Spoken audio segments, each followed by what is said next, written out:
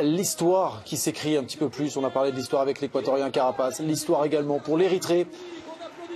Binyam Girmay remporte le classement par points. Premier coureur africain à remporter le maillot vert sur les routes du Tour de France. Performance absolument incroyable, aussi incroyable qu'inattendue presque, parce qu'on connaît le talent de ce coureur, on sait de quoi il est capable, mais peu étaient ceux qui pensaient le voir en vert aujourd'hui à Nice. Oui, non, alors c'est vrai qu'il y a des circonstances. On rappelle qu'à l'occasion de sa première victoire, là où il commence à marquer ses 50 premiers points, ce n'était pas le sprinter de la formation Intermarché, puisqu'on roulait pour Tyson. Eh bien, il a trouvé l'ouverture, il s'impose. Après, il y a eu, oui, l'arrivée à Dijon, où Philipsen, l'ancien maillot vert, troisième, est déclassé, donc perd des points, il s'est retrouvé maillot vert. Mais après, il a été à la hauteur, au contraire, ça l'a mis en confiance et il a prouvé qu'il était capable de rivaliser avec les meilleurs sprinters au monde. Et même sur le plat, on le connaissait rapide au sprint sur des arrivées en faux plat montant, comme l'an passé sur le Giro face à Mathieu Van Der Poel.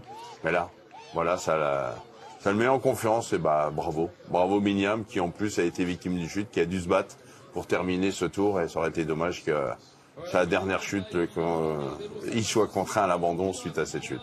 Je dis inattendu, Steve, puisque le sprinter, on rappelle, c'était Gerben Tyson, initialement prévu au Giro. Il tombe juste avant des classiques, je crois. On se dit, bon, finalement, tu vas aller sur le Tour. Et Binyam Girmay qui se retrouve avec Gerben Tyson sur le Tour. Et on se souvient de ce premier sprint remporté par Binyam Girmay, où ils font chacun leur sprint. Et c'est là qu'il devient le sprinter numéro 1. Et surtout les sprints sur le plat, c'est vrai que Jackie a raison de le souligner. Alors c'est vrai que pourquoi on ne voulait pas. On n'aurait pas mis Binyam Girmay porteur du maillot vert. C'est parce qu'on sait qu'il y a beaucoup de points qui se sont distribués sur les étapes de plat, là où c'est des sprints massifs. Là où normalement tu combats contre des Groenewegen, des 85-90 kilos, contre des Fabio Jakobsen, pareil, 80-90 kilos.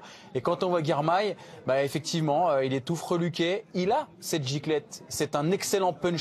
Alors il avait battu Christophe Laporte à Gand-Wevelgem, mais il y avait eu beaucoup de fatigue avant. Mais là, pareil, un petit peu à l'image d'un Remco Evenepoel qui a passé son diplôme de la haute montagne.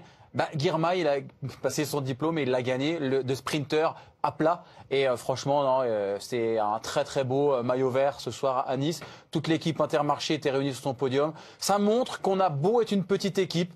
Voilà, on a un petit budget. Et ben, on peut exister sur ce Tour de France. 3 victoires d'étape pour Jeff Bourlard et toute son équipe. On a composé avec des garçons d'expérience, des Mike Tennyson qui étaient chez Visma Lease the Bike, qui ont été énormes. Donc non, chapeau à Girmay. Ouais, chapeau à Binyam Girmay, et Dadoul l'a bien résumé, l'Afrique qui rentre un petit peu plus encore dans l'histoire du cyclisme.